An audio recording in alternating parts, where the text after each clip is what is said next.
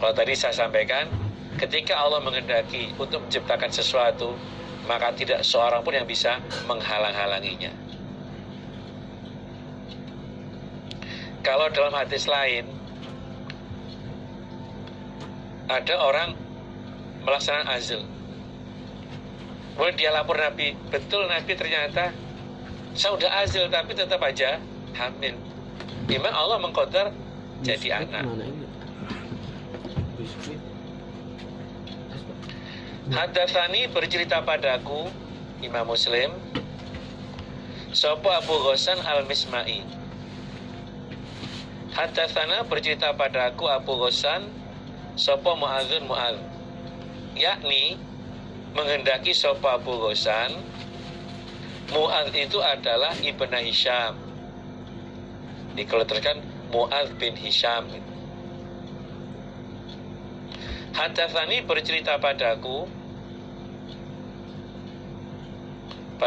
Mu'adz sapa abi bapakku. An Abi Zubairi dari Abi Zubair, an Jabirin dari Jabir. Qala berkata sapa Jabir, kuna ada aku nakzilu azl aku melakukan azl ala ahdi Rasulillah, di zaman Rasulillah sallallahu alaihi wasallam. Di zaman Nabi, kata Jabir, aku melakukan azl. Ketika hubungan intim dengan istrinya itu, sengaja spermanya itu tidak dimasukkan di rahimnya istri atau dibuang di luar.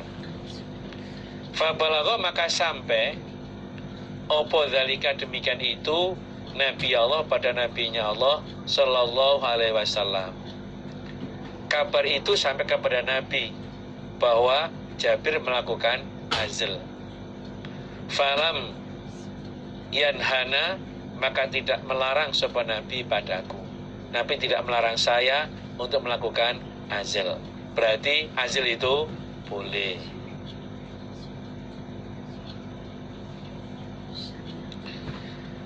Akhbarona, mengkhabari padaku, Imam Nasai, sapa Ismail bin Mas'udin.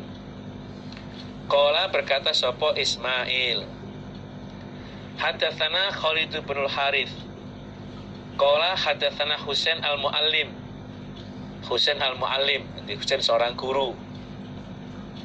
An Amri bin Syuaibin, dari Amr bin Syuaib. Anna abahu, sesungguhnya bapaknya Amr, iku hadatsahu, bercerita sapa abah hu pada Amr. An Abdillah bin Amrin, dari Abdillah bin Amr. Qala berkata sapa Abdillah bin Amr, lama fataha, ketika membuka sapa Rasulullah sallallahu alaihi wasallam Makkah, pada Mekah. Ketika Nabi itu membuka Mekah, dalam arti menguasai Mekah. Qoma, maka berdiri sapa Nabi khotiban, orang yang khutbah, orang yang berbicara. Faqala, maka bersabda sapa Nabi fi khutbatihi, di dalam khutbahnya Nabi. Jadi pada waktu Fathu Mekah, Nabi khutbah di hadapan para sahabat dan mengatakan, la yajuzu, tidak boleh,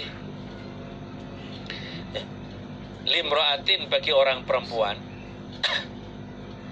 opo atiyatun, pemberian, illa, kecuali, biizni zaujiha, dengan izin suaminya perempuan.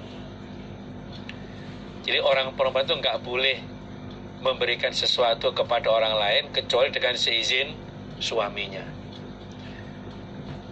Yang tersirat dari hadis ini itu bahwa harapan dari Nabi itu orang berumah tangga betul-betul bisa mewujudkan sakinah, mawaddah, warahmah. Jangan sampai ada pihak lain yang menghancurkan rumah tangganya orang lain. Bisa jadi kalau tanpa seizin suaminya mungkin kepada masa lalunya.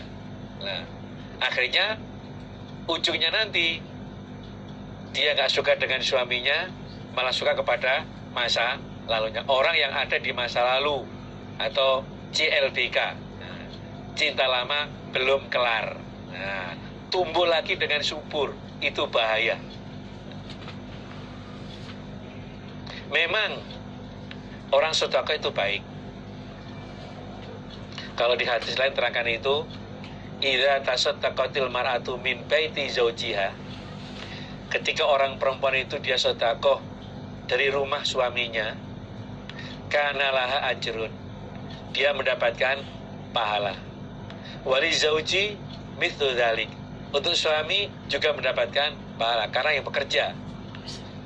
Walil khazin mithlu dzalik. Pelayan pengantar pun juga dapat pahala, dia sebagai pengantarnya.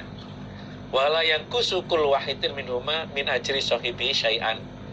Dan itu tidak mengurangi pahala yang lain, sama-sama dapat. Li zauji bima kasabat. Suami dapat pahala karena bekerja. Wala bima anfaqat. Dan bagi perempuan karena dia menginfakkan.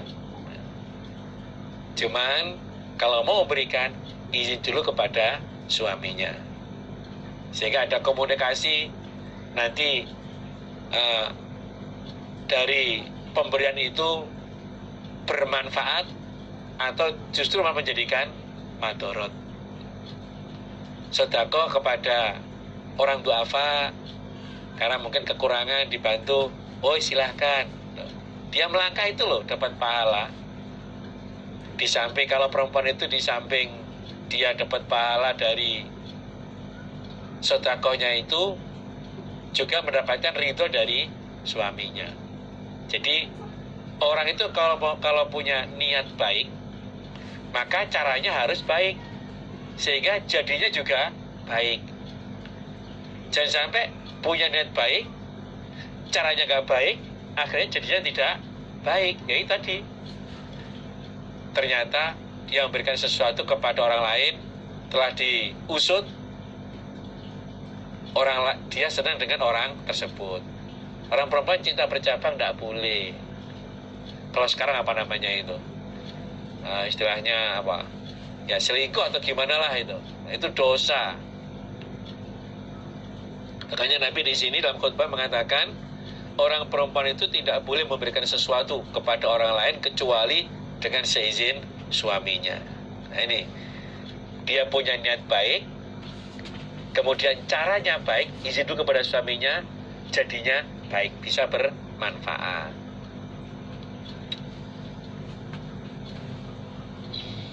Hadatsana bercerita padaku sapa Mu'amalu bin Fadli haddatsal Walid yakni bin Muslim anil Auza'i ani Zuhri an Atha ibn Yazid an Abi Sa'idin al-Khudri anna A'rabiyan, sesungguhnya orang A'rab iku salah bertanya dia an Nabiya pada Nabi sallallahu alaihi wasallam anil hijrati, tentang hijrah. Jadi ada orang Arab, orang desa, dia bertanya kepada Nabi tentang hijrah.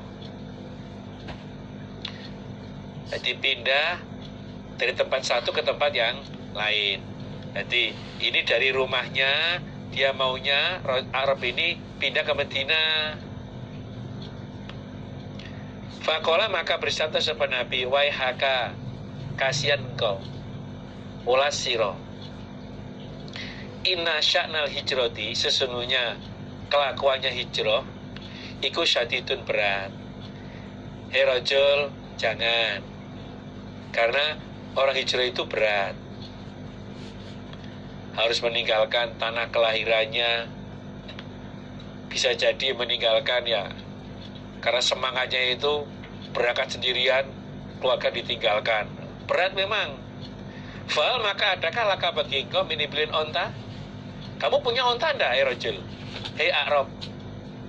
Qala, berkata siapa Arab, naam, ya, punya Nabi.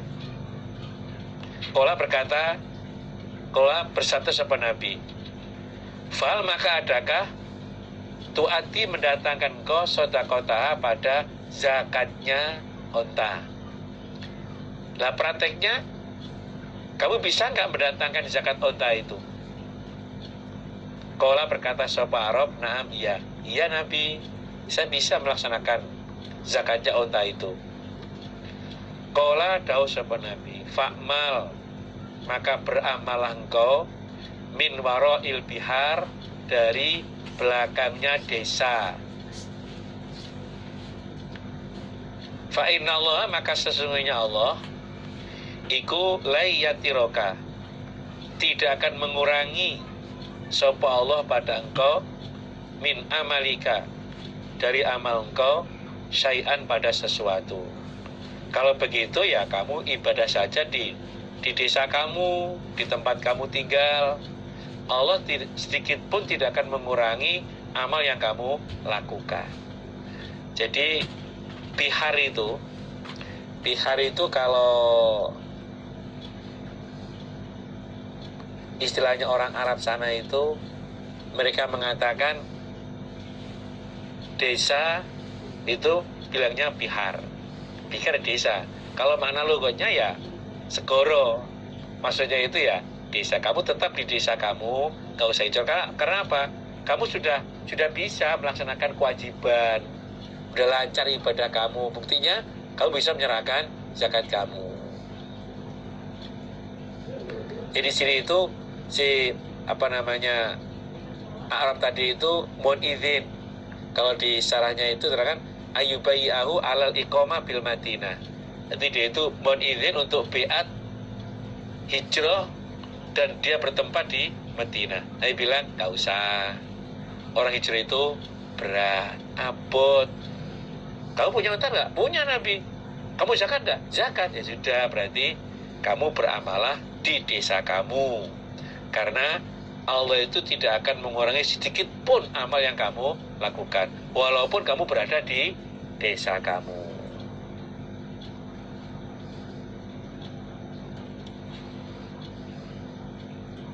Jadi ketika kamu sudah bisa mendatangkan ketentuan Allah di dalam diri kamu, berarti ibadahmu lancar. Kamu tetapi kewajiban kamu di dalam harta kamu bisa melaksanakan zakat. Maka fala tubali antukima fi baitik walau kunta fi abadi makan. Maka jangan pedulikan kalau kamu tetap berada di rumah kamu, walaupun tempat yang jauh, yang penting ibadahnya bisa lancar. Sing diarani barokah itu kalau ibadahnya bisa lancar, sambungnya lancar, 5 babnya lancar, itu namanya barokah. Jadi orang sudah punya niat untuk hijrah itu udah bagus. Udah punya niat berarti udah punya tujuan baik. Kalau di syarahnya terangkan itu, kamu sudah menjumpai niat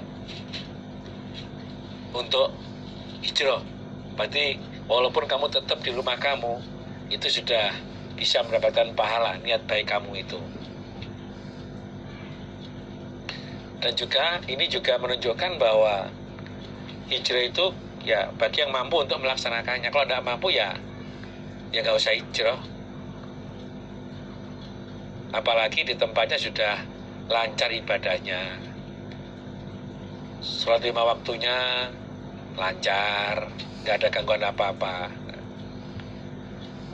Kalau memang tempatnya itu nggak aman, dia nggak lancar ya bisa untuk melaksanakan hijrah, cari tempat yang aman, lancar dalam melaksanakan ibadah.